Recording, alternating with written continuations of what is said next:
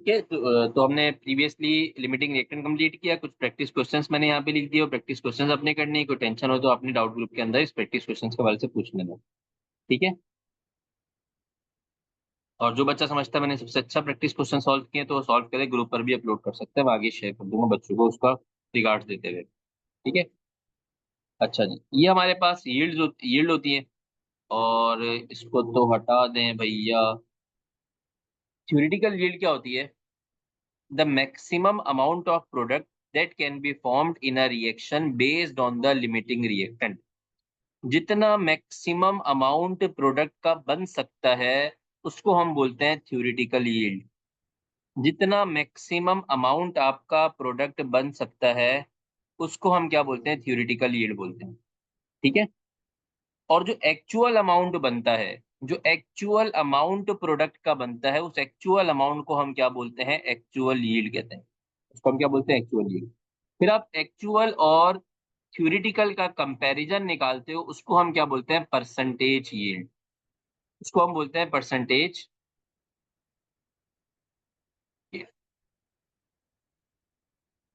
ये कैसे निकलता है? आप एक्चुअल यील्ड को डिवाइड करते हो,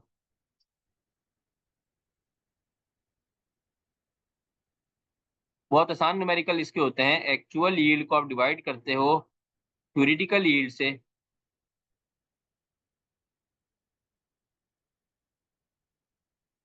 चल जाओ भैया, मैं दोबारा बता रहा हूँ, टेंशन नहीं ले। पहले फॉर्मूला लिख दूं। एक्चुअल यील्ड को आप डिवाइड करते हो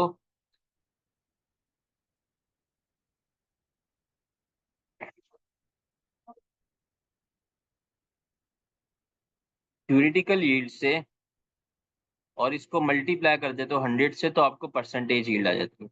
एक बार रिकॉल कर लें, what is actual yield, what is theoretical yield. Based on the theory, based on the numerical, जो पेपर पे आप निकालते हो कि इतना प्रोडक्ट बनना चाहिए, भाई आपने कैलकुलेशन की ना, स्टीशियोमेट्रिक कैलकुलेशन की बेस पे जो आप बताते हो कि इतना प्रोडक्ट बनना चाहिए, this is your theoretical yield. सही है जी, सिंपल। जो स्टीशियोमेट्रिक कैलकुलेशन की बुनियाद पर आप निकालते हो, कैलकुलेशन करते हो, उसको आप बोलते हो ये हमारी थ्योरेटिकल यील्ड है।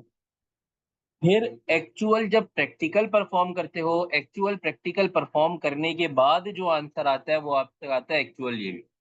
और लाजमी लाजमी इन दोनों में डिफरेंस होता है। लाजमी इन दोनों में डिफरेंस होता है ड्यू टू साइड रिएक्शंस। वो साइड रिएक्शंस आप पेपर में थ्योरी के टाइम पे नहीं करते, due to the wastage of the reactor. हम तो थ्योरी, जब हम पेपर में न्यूमेरिकल परफॉर्म कर रहे हैं तब तो हम आइडियल कंडीशन पर हैं। जब एक्चुअल सिनेरियो परफॉर्म हो रहा है तो वहां पे वेस्टेज भी हो रहा है, साइड रिएक्शंस भी हो रहे हैं। तो एक्चुअल यील्ड हमेशा हमेशा थ्योरेटिकल यील्ड से क्या होती है? कम होती है। एक्चुअल यील्ड हमेशा थ्योरेटिकल यील्ड से क्या होती है? कम होती है। अगर एक्चुअल यील्ड थ्योरेटिकल यील्ड से ज्यादा हो गई तो इसका मतलब आपने जो थ्योरेटिकल यील्ड निकाली है वो गलत निकाली हुई है। ये क्लियर है? इन दोनों कॉन्सेप्ट क्लियर है? जो हम एक्चुअल यील्ड मतलब जो प्रैक्टिकल कर रहे हैं, थ्योरेटिकल यील्ड मतलब जो न्यूमेरिकल से हमें आंसर मिल रहा है।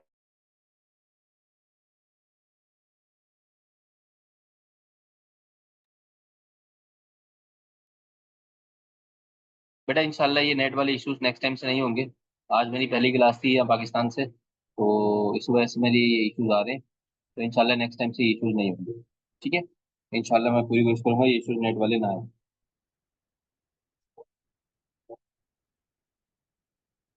अब इसके हम न्यूमेरिकल कर लेते हैं। तो एक्चुअल यील्ड और थ्योरेटिकल यील्ड तो हमें क्लियर हो गई है।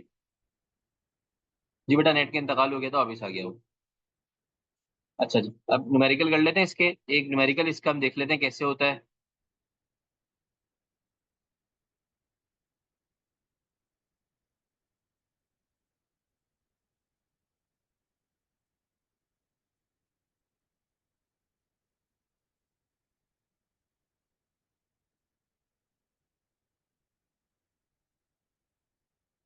अभी सवाल दिया हुआ है बहुत सिंपल सा, इसको आप फिंगर टिप्स पे कर लेना है।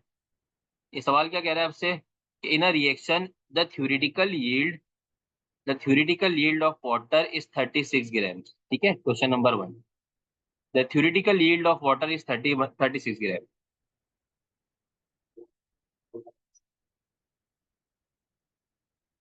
But the actual yield is 30 gram. What is the percentage yield, आप बता दें परसेंटेज यील्ड क्या है। तो ये क्वेश्चन है, अब इसको कैसे सॉल्व करेंगे, आप इसकी परसेंटेज यील्ड कैसे निकालेंगे बेटा। जी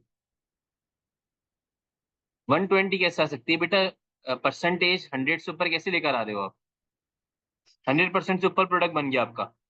तो जो परसेंटेज यील्ड होगा वो कैसे निकलेगा,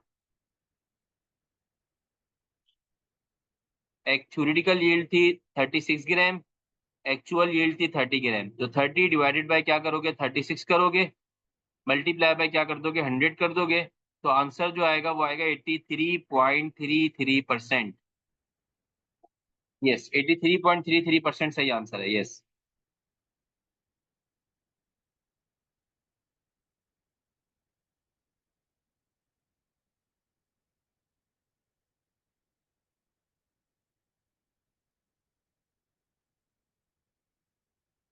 बेटा मोल्स की फॉर्म में भी सवाल हो सकता है, मैं मोल्स की फॉर्म में भी सवाल हो सकता है, मैं करवा रहा हूँ, हौसला रखेंगे।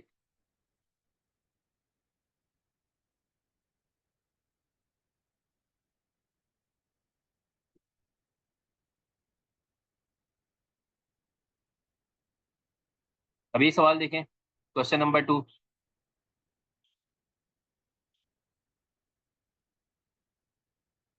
यहाँ पर आपसे क्या कह रहे हैं,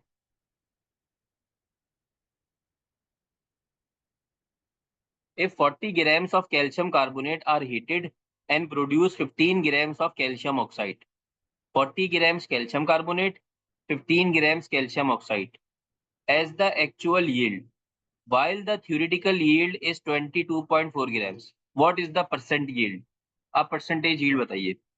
तो भाई 40 ग्राम्स ऑफ कैल्शियम कार्बोनेट को 15,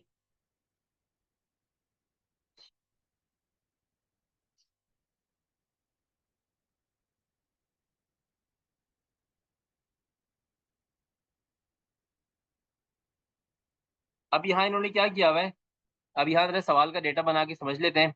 ये कह रहे हैं कैल्शियम ऑक्साइड की एक्चुअल यील्ड क्या है, actual yield of calcium oxide equals to 15 grams, ये दिया हुआ है, ठीक है। और थ्योरेटिकल यील्ड आपको दी हुई है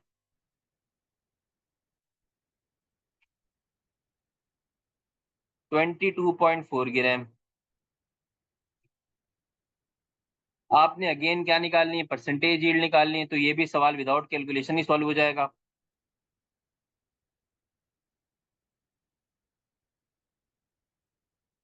परसेंटेज यील्ड कैसे निकलेगी, आप ऊपर रखते हैं एक्चुअल यील्ड को, नीचे रखते हैं थ्योरेटिकल यील्ड को। तो एक्चुअल यील्ड है 15 ग्राम्स और थ्योरेटिकल यील्ड है आपकी 22.4 ग्राम, मल्टीप्लाई बाय 100 कर देंगे, तो समथिंग 66 आपका आंसर आ जाएगा, ठीक है।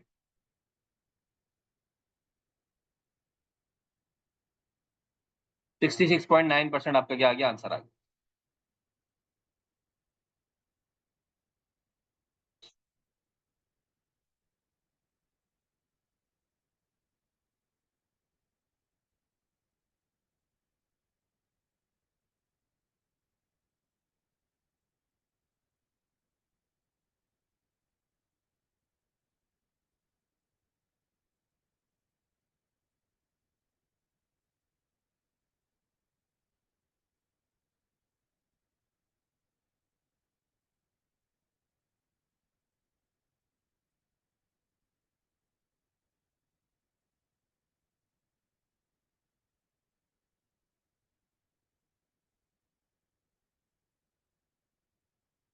आइए भी एक सवाल देखें।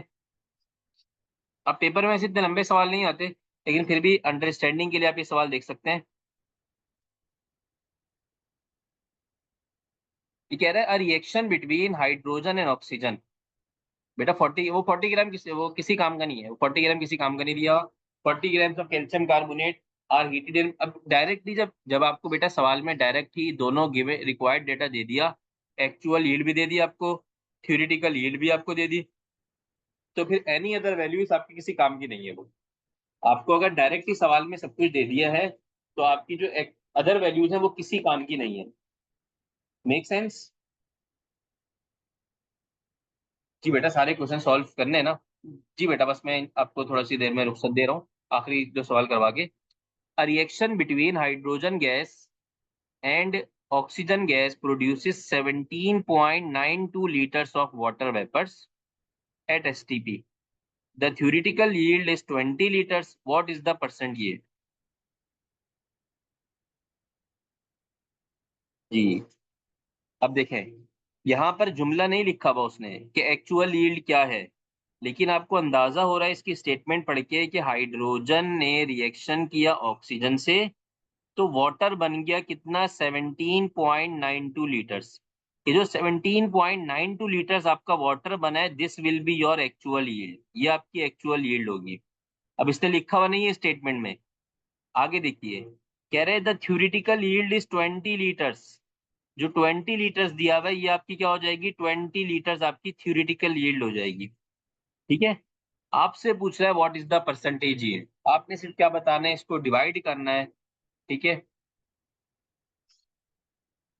परसेंटेज यील्ड इक्वल्स टू आपके पास आ जाएगी एक्चुअल यील्ड बराबर है 17.92 के, डिवाइडेड बाय क्या कर दोगे, 20 कर दोगे, मल्टीप्लाई बाय 100 कर देंगे, तो आंसर आ जाएगा 89.6%। ठीक है, अच्छा जी, यहाँ पर हम इसको एंड कर देते हैं।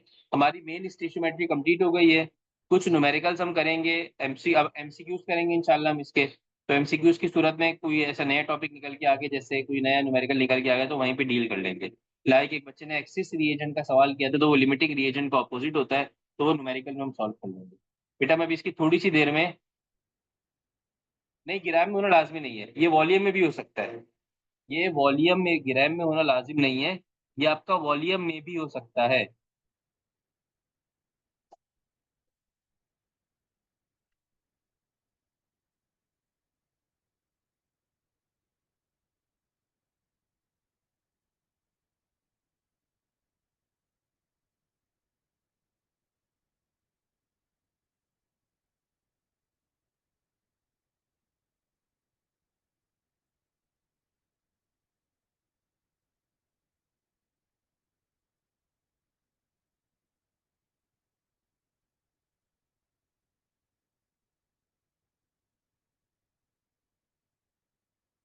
बेटा इसी तरह के सवाल आते हैं एनईटी के अंदर भी। ठीक है, तो जो मजीद क्वेश्चंस होंगे वो हम किस में डिस्कस कर लेंगे, अपने जो टीपीपी सॉल्व करेंगे, तो उसको हम इंशाल्लाह उसको डिस्कस कर लेंगे।